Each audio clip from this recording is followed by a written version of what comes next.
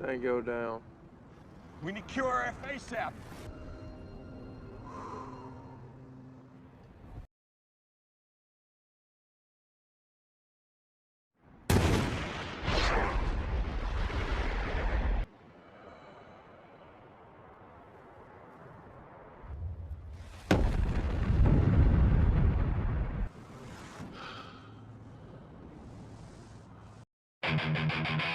Halo kawan-kawan, dimanapun kalian berada, semoga dalam keadaan sehat selalu. Kembali lagi bersama saya. Pada kesempatan kali ini aku akan menceritakan film yang sangat brutal dan keren dan membuat kalian tercengang. Film ini berjudul American Sniper 2014. Film ini dirilis pada tanggal 25 Desember 2014 di Amerika Serikat. Film ini diangkat dari kisah nyata seorang penembak jitu yang mematikan bernama Chris Kyle yang diperankan oleh Bradley Cooper, yang menjadi kebanggaan Amerika Serikat di pertempuran Timur Tengah. Mulainya Chris berprofesi seorang koboi radio, akhirnya memutuskan untuk bergabung menjadi anggota SEAL. Chris dikirim ke Timur Tengah dengan spesialis seorang sniper jitu. Bagaimana kelanjutannya? Tonton videonya sampai selesai. Selamat menonton.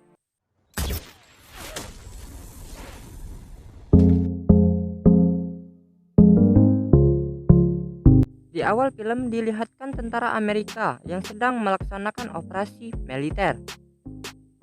Lalu seorang sniper mengawasi dan mengintai pasukan dari atas gedung. Sniper itu bernama Chris Kyle. Sebagai sniper harus cermat dan mengintai pergerakan dari marinir.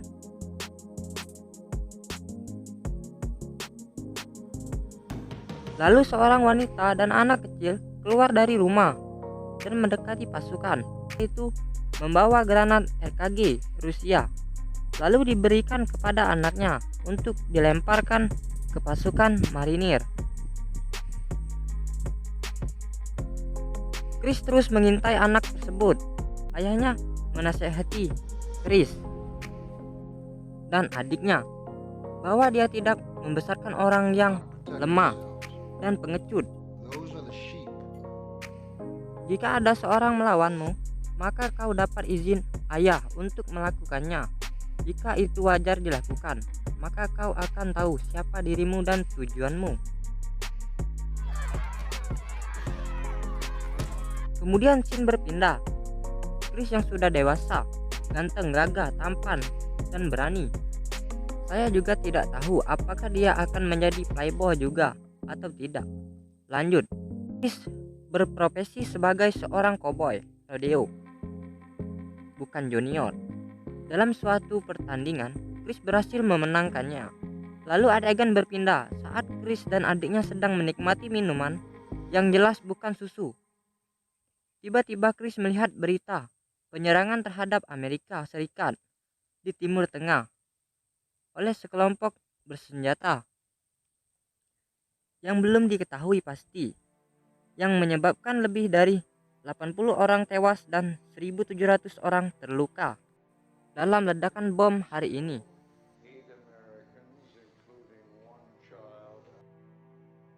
Keesokan harinya, Chris pergi mendatangi pusat berangkatan senjata Amerika Serikat untuk mendaftarkan diri bergabung menjadi SEAL. Kemudian dia diterima dan memulai latihan sebagai pasukan. Setelah lama mereka latihan, kemudian mereka melepas penat dengan pergi ke suatu bar.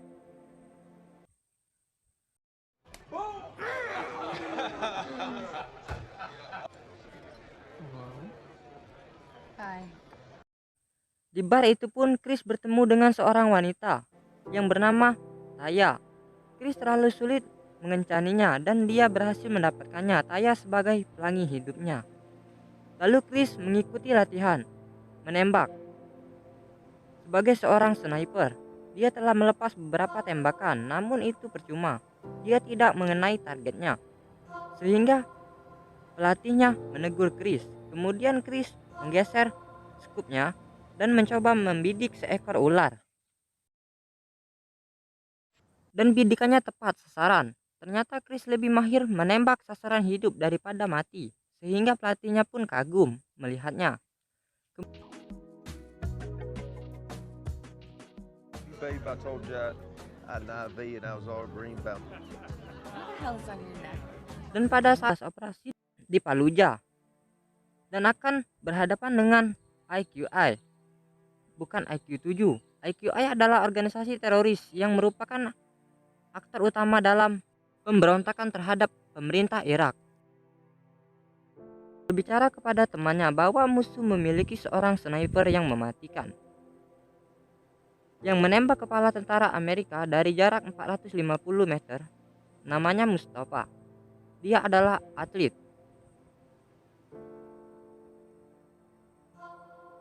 Scene berpindah memperlihatkan Chris dari atas gedung. Sudah kita lihat di awal film tadi.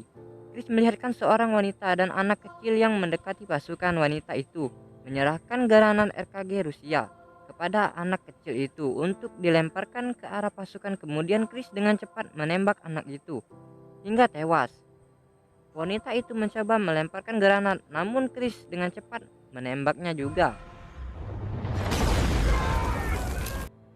Tak lama kemudian sebuah mobil melaju kencang menuju ke arah pasukan, namun dengan sekali tembakan pengemudi tersebut tewas. Chris melakukan tugasnya, berhasil membunuh tentara musuh.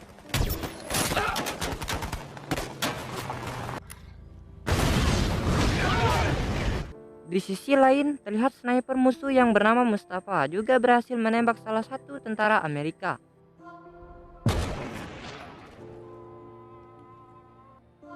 Lalu scene berganti dengan memperlihatkan tentara Amerika berbicara tentang misi yang akan mereka lakukan.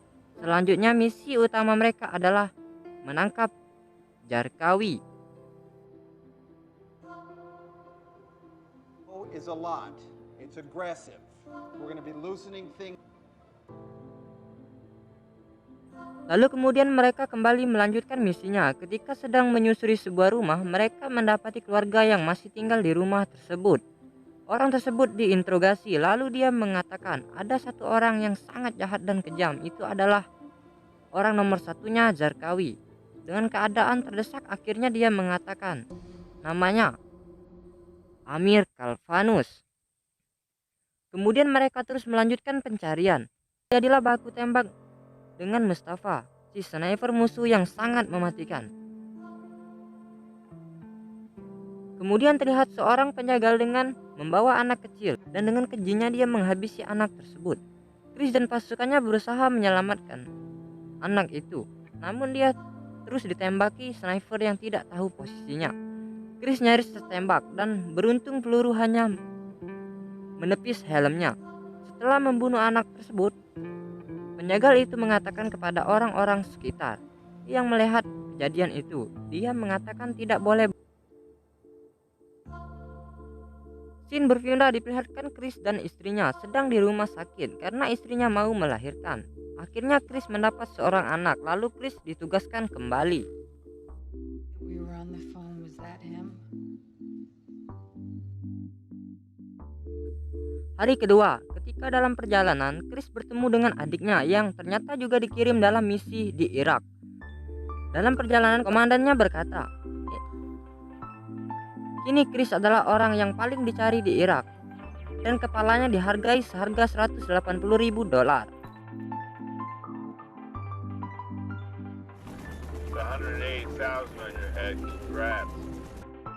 Kemudian mereka melakukan misi pada malam hari dengan menyusuri di sekitar bangunan dan rumah yang berkemungkinan menjadi tempat persembunyian para penjagal.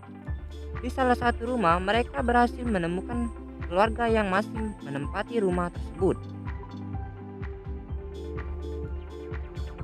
Mereka kemudian menanya tentang penjagal, namun mereka mengatakannya tidak tahu. Lalu kepada keluarga tersebut mengajak Chris dan temannya untuk makan-makan. Namun tanpa sengaja Chris melihat bekas luka yang ada di tangan pria itu yang membuat Chris curiga. Kemudian Chris ke belakang dan memeriksa ruangan itu, dan benar saja kecurigaan Chris Dia menemukan banyak senjata. Ternyata pria itu merupakan salah satu dari penjagal. Tanpa basa-basi, Chris menginterogasi pria itu. Kemudian pria itu memberitahunya dan pergi ke sebuah rumah yang merupakan tempat persembunyian penjagal dan anak buahnya. Chris dan teman-temannya bersiap untuk menyerang, dan pria itu yang jadi umpannya. Lalu ada seseorang yang membuka pintu tanpa menunggu lama. Chris pun menembaknya. Nampak pria tadi melakukan perlawanan, namun sia-sia. Dia pun ditembak. Lalu terjadilah baku tembak antara Chris dan anak buahnya penjagal. Get him down.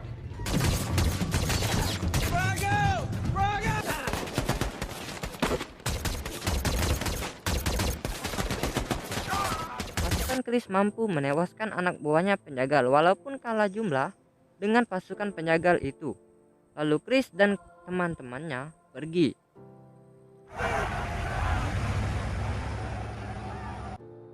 Berlanjut hari ketiga, Chris kembali melanjutkan misi. Sebelumnya ketika dalam perjalanan terlihat mata-mata musuh yang mengawasi mereka dan menelpon seseorang, tidak lain Mustafa, yang menjadi andalan musuh dalam menghadapi pertempuran melawan tentara Amerika. Dan dalam perjalanan, Chris ditembaki oleh tentara musuh. Tiba di suatu bangunan, rekan Chris berhasil ditembak Mustafa di bagian wajahnya yang membuat luka parah. Mereka lalu membawanya kembali ke markas untuk diselamatkan. Di markas, mereka berkumpul dan Chris mengatakan tembakannya lebih dari 1000 meter. Dan hanya satu penembak musuh yang melakukannya, yaitu Mustafa. Biglos merupakan anggota pertama SEAL yang tertembak. Tak terima dengan itu, salah satu anggota Chris mengatakan mata dibalas dengan mata. Dan mereka kembali ke pertempuran untuk memburu Mustafa. Be honest. Eye for an eye. Ketika menyusuri lorong di sebuah bangunan, Mark merupakan salah satu anggota SEAL lagi-lagi tertembak dan tewas di tempat.